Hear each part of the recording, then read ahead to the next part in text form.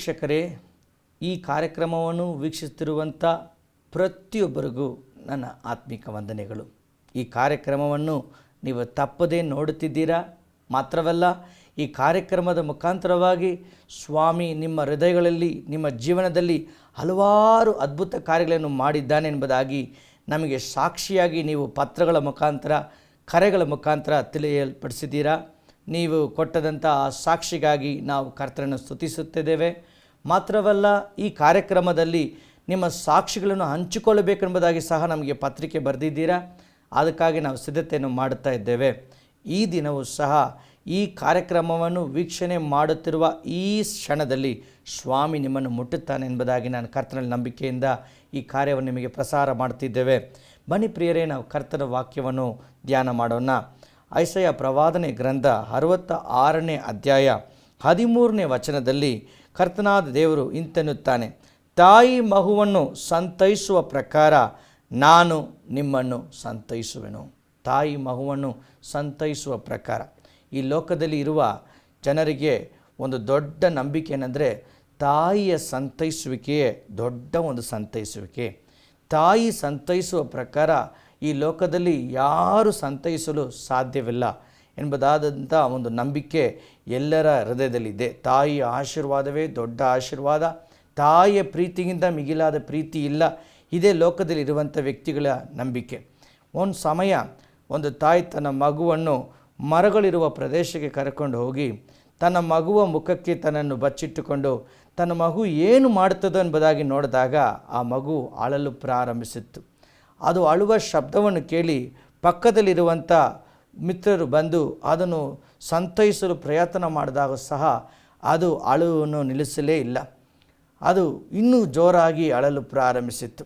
ಆಗ ಅಲ್ಲಿ ಇದ್ದಂಥ ಆ ಮಿತ್ರರು ಮರವನ್ನು ನೋಡು, ಮರದಲ್ಲಿರುವಂಥ ಹೂಗಳನ್ನು ನೋಡು, ನಾ ಹೂಗಳನ್ನು ನಿಮಗೆ ಕೊಡುತ್ತೇನೆ, ಹಣ್ಣುಗಳನ್ನು ಕೊಡುತ್ತೇನೆ ಎಂಬುದಾಗಿ ಹೇಳಿದರೂ ಸಹ ಈ ಮಗುಗೆ ಸಮಾಧಾನ ಆಗಲಿಲ್ಲ. ಇನ್ನೂ ಹೆಚ್ಚಾಗಿದು ನನಗಿದು ಯಾವುದೂ ಬೇಡ, ನನ್ನ ಅಮ್ಮನೇ ನನಗೆ ಬೇಕೆಂಬುದಾಗಿ ಜೋರಾಗಿ ಅಳಲು ಪ್ರಾರಂಭಿಸಿತ್ತು.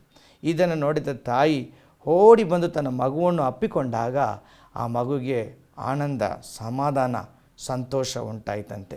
ಹೌದು ಪ್ರಿಯರೇ, ಲೋಕದಲ್ಲಿ ತಾಯಿಯ ಥರ ಮಗುವನ್ನು ಯಾರೂ ಸಂತೈಸಲು ಸಾಧ್ಯವಿಲ್ಲ. ಇಲ್ಲಿ ಸ್ವಾಮಿ ಹೇಳ್ತಾ ಇದ್ದಾರೆ, ತಾಯಿಗಿಂತ ಹೆಚ್ಚಾಗಿ ನಾನು ನಿಮ್ಮನ್ನು ಸಂತೈಸುತ್ತೇನೆ. ತಾಯಿಯು ಸಂತೈಸುವ ಪ್ರಕಾರ, ಮಗುವನ್ನು ತಾಯಿ ಸಂತೈಸುವ ಪ್ರಕಾರ ನಾನು ನಿಮ್ಮನ್ನು ಸಂತೈಸುತ್ತೇನೆ. ಹೌದು, ಈ ದಿನದಲ್ಲಿ ಈ ಕಾರ್ಯಕ್ರಮವನ್ನು ಮುರಿದೋದಂಥ ಹೃದಯದಿಂದ ನೀವು ನೋಡ್ತಾ ಇರಬಹುದು. ಕೆಲಸ ಹೋಯ್ತಲ್ಲ, ಚೆನ್ನಾಗಿ ಕೆಲಸ ಮಾಡ್ತಿದ್ದೆ, ಕೆಲಸ ಹೋಯ್ತಲ್ಲ, ಅಥವಾ ದಿಢೀರೆಂಬುದಾಗಿ ಈ ಒಂದು ಅನಾರೋಗ್ಯದಿಂದ ನನ್ನ ಬಲ ಹೋಯ್ತಲ್ಲ, ಅಥವಾ ನೀವು ಯಾವುದೇ ಒಂದು ವಿಶೇಷವಾದ ಕಾರ್ಯವನ್ನು ನಿಮ್ಮ ಜೀವನದಲ್ಲಿ ಕಲ್ಕೊಂಡು ಕಳವಳದಿಂದ, ಕಣ್ಣೀರಿನಿಂದ, ವೇದನೆಗಳಿಂದ ಈ ಕಾರ್ಯಕ್ರಮವನ್ನು ನೀವು ನೋಡ್ತಾ ಇರಬಹುದು. ನಿಮ್ಮನ್ನು ಎಷ್ಟೋ ಜನ ಸಂತೈಸಿದರೂ ಸಹ ಇನ್ನು ನಿಮ್ಮ ಹೃದಯದಲ್ಲಿ ಸಂತೈಸುವಿಕೆ ಇಲ್ಲದೆ ನೀವು ನರಳುತ್ತಾ ಇರಬಹುದು. ಒಂದು ಸಮಯ ಒಂದು ಮನೆಗೆ ಹೋದಾಗ ಅಲ್ಲಿ ಆ ಮಕ್ಕಳ ತಾಯಿ ತೀರ್ಕೊಂಡಿದ್ದರು. ಆ ತಾಯಿಯ ಶವದ ಮುಂದೆ ಆ ಮಕ್ಕಳು ಎಷ್ಟೋ ಗೋಳಾಡುತ್ತಾ ಕಿರಿಚ್ತಾ ಇದ್ದರು. ಯಾರ್ಯಾರೋ ಅವರನ್ನು ಸಮಾಧಾನ ಮಾಡಿದ್ರೂ ಸಹ ಅವರಿಂದ ಸಮಾಧಾನ ಆಗಲು ಸಾಧ್ಯನೇ ಇಲ್ಲ. ಆ ರೀತಿಯಲ್ಲಿ ಒಂದು ವೇಳೆ ನೀವು ಸಹ ಸಂತೈಸುವಿಕೆ ಇಲ್ಲದೆ ಮುರಿದೋದಂಥ ಮನದಿಂದ ಈ ಕಾರ್ಯಕ್ರಮವನ್ನು ನೋಡುತ್ತಾ ಇರಬಹುದು. ಸ್ವಾಮಿ ನಿಮಗೆ ಕೊಡುವಂಥ ವಾಗ್ದಾನವನ್ನು ನೋಡಿರಿ, ತಾಯಿ ಮಗುವನ್ನು ಸಂತೈಸುವ ಪ್ರಕಾರ ನಾನು ನಿನ್ನನ್ನು ಸಂತೈಸುತ್ತೇನೆ. ಹೌದು ಪ್ರಿಯರೇ, ತಾಯಿಗಿಂತ ಹೆಚ್ಚಾದ ಪ್ರೀತಿಯನ್ನು ನಮ್ಮನ್ನು ಸೃಷ್ಟಿ ಮಾಡಿದಂಥ ದೇವರು ನಮ್ಮ ಮೇಲಿಟ್ಟಿದ್ದಾನೆ. ತಾಯಿಯ ಪ್ರೀತಿಗಿಂತ ಹೆಚ್ಚಾದ ಪ್ರೀತಿಯನ್ನು ದೇವರು ನಮ್ಮ ಮೇಲೆ ತೋರಿಸಿದ್ದಾನೆ. ಆದ್ದರಿಂದ ಈ ಕಾರ್ಯಕ್ರಮವನ್ನು ನೋಡುವಂಥ ನಿಮಗೆ ಆತನು ಕೊಡುವಂಥ ಒಂದು ವಾಗ್ದಾನ ಏನು ಗೊತ್ತಾ? ನಾನು ಈ ಒಂದು ಕಷ್ಟದ ಪರಿಸ್ಥಿತಿಯಲ್ಲಿ, ಈ ಒಂದು ಕತ್ತಲೆಯ ಪರಿಸ್ಥಿತಿಯಲ್ಲಿ, ಈ ಒಂದು ಕೈ ಬಿಟ್ಟಂಥ ಒಂದು ಒಂಟಿಕೆ ಆಗಿರುವಂಥ ಈ ಪರಿಸ್ಥಿತಿಯಲ್ಲಿ ನಿನ್ನನ್ನು ನಾನು ಸಂತೈಸುತ್ತೇನೆ. ಕರ್ತನು ನಮ್ಮನ್ನು ಸಂತೈಸುವಂಥ ದೇವರಾಗಿದ್ದಾನೆ. ಯಾವ ರೀತಿಯಲ್ಲಿ ಆತ ನಮ್ಮನ್ನು ಸಂತೈಸುತ್ತಾನೆಂಬುದಾಗಿ ನಾವು ನೋಡೋದಾದರೆ ಕರ್ತನ ವಾಕ್ಯ ಹೇಳುತ್ತದೆ. ಯೆರೆಮೀಯ ಪ್ರವಾದನೆ ಗ್ರಂಥ 29ನೇ ಅಧ್ಯಾಯ 13ನೇ ವಚನದಲ್ಲಿ ಕರ್ತನು ಈ ರೀತಿಯಲ್ಲಿ ಹೇಳುತ್ತಾನೆ, ನೀವು ನನ್ನನ್ನು ಹುಡುಕುವಿರಿ, ಮನಪೂರ್ವಕವಾಗಿ ಹುಡುಕಿದಾಗ ನನ್ನನ್ನು ಕಂಡುಕೊಳ್ಳುವಿರಿ, ನಾನು ನಿಮಗೆ ದೊರೆಯುವೆನು ಎಂದು ಕರ್ತನು ಹೇಳಿದನು. ಹೌದು ಪ್ರಿಯರೇ, ನೀವು ನಮ್ಮನ್ನು ಹುಡುಕಿದಾಗ, ಆತನನ್ನು ಹುಡುಕುವಾಗ, ಮನಪೂರ್ತಿಯಾಗಿ ಹುಡುಕುವಾಗ ಆತ ನಿಮ್ಮನ್ನು ಸಂತೈಸುವ ದೇವರಾಗಿದ್ದಾನೆ. ಸಂತೈಸುವಿಕೆಯನ್ನು ಹುಡುಕಿಕೊಂಡು ಲೋಕದ ಕೆಳಗೆ ಹೋಗುವ ವ್ಯಕ್ತಿಗಳು ಎಷ್ಟೋ ಸಾವಿರ. ಆದರೆ ಲೋಕದಲ್ಲಿ ಅವರಿಗೆ ನಿಜವಾದ ಸಂತೈಸುವಿಕೆ ಸಿಕ್ಕುವುದೇ ಇಲ್ಲ. ಹಣ ನಮ್ಮನ್ನು ಸಂತೈಸಲು ಸಾಧ್ಯವಿಲ್ಲ. ಜನರು ನಮ್ಮನ್ನು ಸಂತೈಸಲು ಕೆಲವು ಸಮಯಗಳಲ್ಲಿ ಸಾಧ್ಯವಿಲ್ಲ. ನಮ್ಮನ್ನು ಪ್ರೀತಿ ಮಾಡೋರು ಕೆಲವು ಸಮಯದಲ್ಲಿ ನಮ್ಮನ್ನು ಸಂತೈಸಲು ಸಾಧ್ಯವಿಲ್ಲ. ಆದರೆ ಕರ್ತನು ನಮ್ಮನ್ನು ಸಂತೈಸುವ ದೇವರಾಗಿ ನಮ್ಮ ಮಧ್ಯದಲ್ಲಿದ್ದಾನೆ. ಪ್ರಿಯರೇ, ಆತನನ್ನು ನೀವು ಪ್ರಾರ್ಥನೆ ಮುಖಾಂತರವಾಗಿ ಹುಡುಕುವಾಗ ಆತನ ಪ್ರಸನ್ನತೆಯು ನಿಮಗೆ ಸಂತೈಸುವಿಕೆಯನ್ನು ತರುತ್ತದೆ. ಪ್ರಿಯರೇ, ಆತನ ಪ್ರಸನ್ನತೆಯು ನಿಮ್ಮ ಮುರಿದೋದಂಥ ಹೃದಯಕ್ಕೆ, ನಿಮ್ಮ ನೋವುಗೊಂಡಿರುವಂತಹ ಹೃದಯಕ್ಕೆ ಸಂತೈಸುವಿಕೆಯನ್ನು ತರುತ್ತದೆ. ಪ್ರಿಯರೇ, ಎರಡನೇದಾಗಿ ನಾವು ನೋಡುತ್ತೇವೆ, ಆತನ ವಾಕ್ಯದ ಮುಖಾಂತರವಾಗಿ ನಮಗೆ ಸಂತೈಸುವಿಕೆಯನ್ನು ಆತನು ಕೊಡುವ ದೇವರಾಗಿದ್ದಾನೆ. ಆತನ ವಾಕ್ಯವು ನಮ್ಮ ಹೃದಯವನ್ನು ಬಲಗೊಳಿಸುವಂಥ ವಾಕ್ಯವು.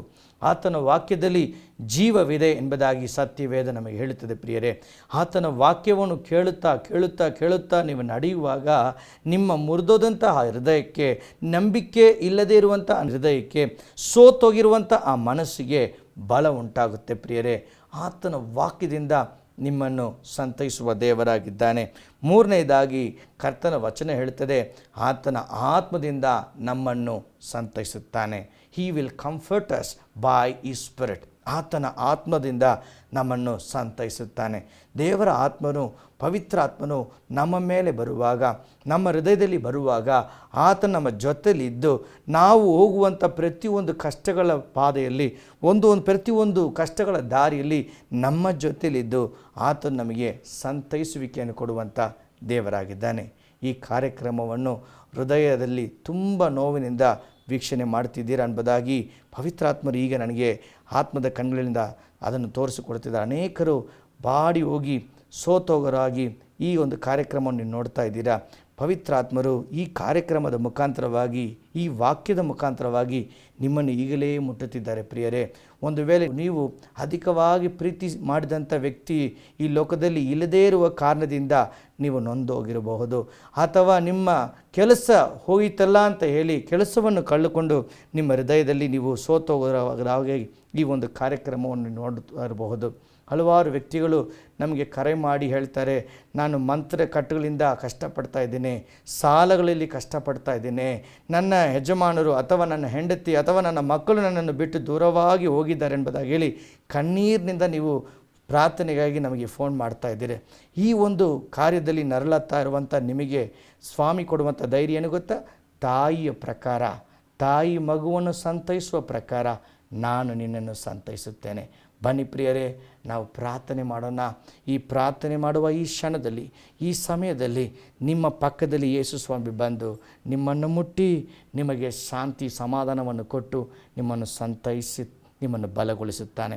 ಆತನ ಸಂತೈಸುವಿಕೆ ನಮಗೆ ಬಲವನ್ನು ನೀಡುತ್ತೆ. ಆತನ ಸಂತೈಸುವಿಕೆ ನಮಗೆ ಮಾರ್ಗದರ್ಶನವನ್ನು ನೀಡುತ್ತೆ. ಆತನ ಸಂತೈಸುವಿಕೆ ನಮಗೆ ಒಂದು ನಂಬಿಕೆಯನ್ನು ಕೊಟ್ಟು, ದೃಢವಾದ ಮನಸ್ಸನ್ನು ಕೊಟ್ಟು ನಮ್ಮನ್ನು ನಡೆಸಲು ಆತನ ಸಂತೈಸುವಿಕೆ ನಮಗೆ ಆಶೀರ್ವಾದಕರವಾಗಿರುತ್ತದೆ. ಬನ್ನಿ ನಾವು ಪ್ರಾರ್ಥನೆ ಮಾಡೋಣ. ನೀವಿರುವ ಕಡೆಗಳಲ್ಲಿ ನೀವು ಮೊಳಕಾಲೂರಿ ಪ್ರಾರ್ಥಿಸಿರಿ. ನಿಮ್ಮ ಕಣ್ಣೀರನ್ನು ಕಾಣುವಂಥ ದೇವರು, ನಿಮ್ಮ ಆಲೋಚನೆಗಳನ್ನು ಅರಿತಂಥ ದೇವರು ಈಗಲೇ ನಿಮ್ಮ ಪಕ್ಕದಲ್ಲಿ ಬಂದು ನಿಮ್ಮನ್ನು ಮುಟ್ಟಿ ನಿಮ್ಮನ್ನು ಸಂತೈಸುತ್ತಾರೆ. ಕರ್ತನೇ ಸ್ವಾಮಿ, ನನಗೆ ಕೆಲಸವಿಲ್ಲಲ್ಲ, ನನ್ನ ಕೆಲಸವನ್ನು ಕಳ್ಕೊಂಡಿದ್ದೀನಿ ಎಂಬುದಾಗಿ ಕಣ್ಣೀರಿನಿಂದ ಸಂತೈಸುವಿಕೆಯಿಲ್ಲದೆ ಈ ಕಾರ್ಯಕ್ರಮವನ್ನು ನೋಡುತ್ತಿರುವಂಥ ಪ್ರತಿಯೊಬ್ಬರನ್ನು ಮುಟ್ಟು ಸ್ವಾಮಿ.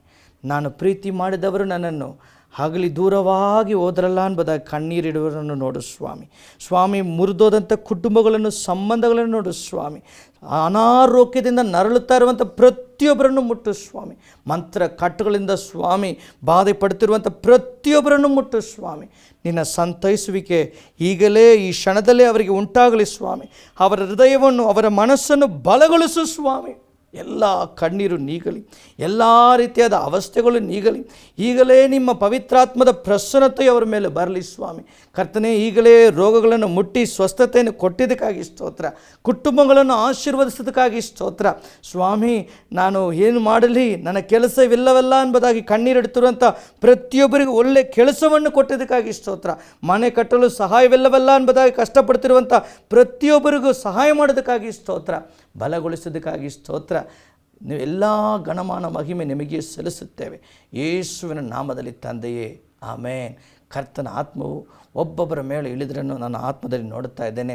ಜಯಶ್ರೀ ಸ್ವಾಮಿ ನಿಮ್ಮನ್ನು ಮುಟ್ಟುತ್ತಿದ್ದಾರೆ. ಜಯಶ್ರೀ, ನೀವು ಹಲವಾರು ಕಷ್ಟಗಳಿಂದ ನರಳುತ್ತಾ ಇದ್ದೀರಾ. ವಿಶೇಷವಾಗಿ ಮನೆ ಕಾರ್ಯಗಳ ಕುರಿತು ನೀವು ಪ್ರಾರ್ಥನೆ ಮಾಡ್ತಿದ್ದೀರಾ. ಜಯಶ್ರೀ, ಪವಿತ್ರಾತ್ಮರು ಈಗಲೇ ನಿಮ್ಮ ಹೆಸರು ನನಗೆ ಜ್ಞಾಪಕಕ್ಕೆ ತಂದು ನಿಮಗಾಗಿ ಪ್ರಾರ್ಥನೆ ಮಾಡಿದಾಗ ಸ್ವಾಮಿ ನಿಮ್ಮನ್ನು ಮುಟ್ಟುತ್ತಾ ಇರೋದನ್ನು ನನ್ನ ಆತ್ಮದಲ್ಲಿ ನೋಡ್ತಾ ಇದ್ದೀನಿ. ಜಯಶ್ರೀ, ಕರ್ತನು ನಿಮಗೆ ಹೊಸ ದಾರಿಯನ್ನು ತಗಲಿದ್ದಾನೆ. ರಾಜ ಎಂಬ ಒಂದು ವ್ಯಕ್ತಿಯನ್ನು ನೋಡ್ತಾ ಇದ್ದೀನಿ.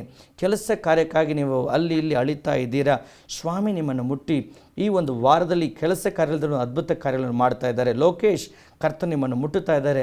ನಿಮ್ಮ ಕುಟುಂಬದಲ್ಲಿ ಮುರಿದಂಥ ಸಂಬಂಧವನ್ನು ಮತ್ತೆ ನೀವು ಒಟ್ಟಿಗೆ ಸೇರಿ ಸಂತೋಷವಾಗಿ ಬಾಳಲು ಕರ್ತನು ನಿಮಗೆ ಮಾರ್ಗದರ್ಶನ ನೀಡ್ತಾ ಇದ್ದಾರೆ. Thank you Jesus, thank you Lord, thank you Lord, thank you Lord. Jennifer ಎಂಬ ಒಂದು ಸಿಸ್ಟರ್ನ ನೋಡ್ತಾ ಇದ್ದೀನಿ. ನಿಮ್ಮ ಶರೀರದಲ್ಲಿ ಬಲಹೀನತೆ, ಈಗಲೇ ಪವಿತ್ರಾತ್ಮರ ಅಭಿಷೇಕವು ನಿಮ್ಮನ್ನು ಮುಟ್ಟಿ ಸ್ವಸ್ಥತೆಯನ್ನು ಮಾಡ್ತಿರೋದನ್ನು ಆತ್ಮದಲ್ಲಿ ನೋಡ್ತಾ ಇದ್ದೀನಿ. ಈ ಕಾರ್ಯಕ್ರಮವನ್ನು ವೀಕ್ಷಣೆ ಮಾಡ್ತಿರುವಂಥ ಪ್ರತಿಯೊಬ್ಬರನ್ನು ಸ್ವಾಮಿ ಈಗಲೇ ಮುಟ್ಟುತ್ತಿದ್ದಾರೆ. ಈ ಆಶೀರ್ವಾದಗಳನ್ನು ಯೇಸು ಕ್ರಿಸ್ತನ ನಾಮದಲ್ಲಿ ಹೊಂದಿಕೊಳ್ಳಿ. ಈಗಲೇ ಸ್ತೋತ್ರ ಮಾಡಿ ಕರ್ತನಿಗೆ ಕೃತಜ್ಞತೆ ಹೃದಯದಿಂದ ಸ್ತೋತ್ರ ಮಾಡಿ ಈ ಅದ್ಭುತಗಳನ್ನು ಹೊಂದಿಕೊಳ್ಳಿ. ಈಗಲೇ ಸ್ವಾಮಿ ಕರಗಳು ಒಬ್ಬೊಬ್ಬ ಸಿಕ್ಕಾಗಿರುವಂಥ ಪ್ರತಿಯೊಬ್ಬರ ಮೇಲೆ ಇಳಿತು ಬರುತ್ತದೆ ಅಂತ ನಾನು ನೋಡ್ತಾ ಇದ್ದೀನಿ. ನಿಮ್ಮ ಎಲ್ಲ ರೋಗಗಳು ವಾಸಿಯಾಗಲಿ ಯೇಸುವಿನ ನಾಮದಲ್ಲಿ. ಕರ್ತನೇ, ನೀನು ಆ ರೀತಿಯಲ್ಲಿ ಮಾಡಿದ್ದಕ್ಕಾಗಿ ಸ್ತೋತ್ರ. ಆ ರೋಗಗಳನ್ನು ಮುಟ್ಟಿ ವಾಸಿ ಮಾಡಿದ್ದಕ್ಕಾಗಿ ಸ್ತೋತ್ರ. ದೊಡ್ಡ ಸಾಕ್ಷಿಯಾಗಿ ಅವರನ್ನು ನಿಲ್ಲಿಸೋಕ್ಕಾಗಿ ಸ್ತೋತ್ರ. ಯೇಸುವಿನ ನಾಮದಲ್ಲಿ ತಂದೆಯೇ, ಆಮೇನ್, ಆಮೇನ್. ಪ್ರಿಯ ವೀಕ್ಷಕರೇ, ಈ ಕಾರ್ಯಕ್ರಮದ ಮುಖಾಂತರವಾಗಿ ಕರ್ತನು ನಿಮ್ಮನ್ನು ಸಂತೈಸಿದ್ದಾನೆ ಎಂಬುದಾಗಿ ನಾನು ಕರ್ತನಲ್ಲಿ ನಂಬುತ್ತೇನೆ. ಇನ್ನು ಹೆಚ್ಚಾದ ಆಶೀರ್ವಾದಗಳನ್ನು ಸ್ವಾಮಿ ನಿಮಗೆ ಕೊಡಲಿ. ಈ ಕಾರ್ಯಕ್ರಮವನ್ನು ತಪ್ಪದೆ ವೀಕ್ಷಿಸಿರಿ. ಈ ಕಾರ್ಯಕ್ರಮಗಳಿಗಾಗಿ ಸಹಾಯ ಮಾಡಿರಿ ಮತ್ತು ನಿಮ್ಮ ಪ್ರಾರ್ಥನೆ ಕಾರ್ಯಗಳನ್ನು ನಮಗೆ ತಿಳಿಸಿರಿ. ನಿಮಗಾಗಿ ಪ್ರಾರ್ಥನೆ ಮಾಡಲು ನಾನು ಮತ್ತು ನಮ್ಮ ಜೊತೆಯಲ್ಲಿರುವ ಸೇವಕರು ಆತುರದಿಂದ ಕಾಯ್ತಾ ಇದ್ದೇವೆ. ಕರ್ತನ ಪ್ರಸನ್ನತೆ ನಿಮ್ಮ ಬಾಳಲ್ಲಿ ಬೆಳಕಾಗಿ ಮಾರಿ ಹಲವಾರು ಆಶೀರ್ವಾದಗಳನ್ನು ತಂದು ಕೊಡಲಿ. ಕರ್ತನ ಶಾಶ್ವತವಾದ ಕೃಪೆಯು ನಿಮ್ಮ ಮೇಲೆ ಶಾಶ್ವತವಾಗಿರಲಿ. ಮತ್ತೆ ಬರುವಂಥ ವಾರದಲ್ಲಿ ಇದೇ ಕಾರ್ಯಕ್ರಮದ ಮುಖಾಂತರ ನಾವು ಭೇಟಿಯಾಗೋಣ. ಕರ್ತನು ನಿಮ್ಮನ್ನು ಆಶೀರ್ವದಿಸಲಿ. ಆಮೇನ್, ಆಮೇನ್. Dear viewers, thank you for watching this program. If you would like to inform your prayer points or share your testimonies or even been led by the Spirit to support this program, contact us. Our address, Adonai International Ministries, number 365, second floor, above Apollo Medical Shop, Police Station Road, Vivek Nagar, Bangalore 560047. You can even contact our number 8884393977, or even you can mail us on our email ID pastor.santoshprabhu@gmail.com. If you are in city of Bangalore, come and join us in our anointed services every Sunday 7 a.m. Kannada service, 8:30 a.m. Tamil service, 11:30 a.m. English service. If you have been blessed through this program, please inform us your testimonies and do watch this program regularly, same time, same day, same channel, following week. May the living God bless you. Amen. Amen.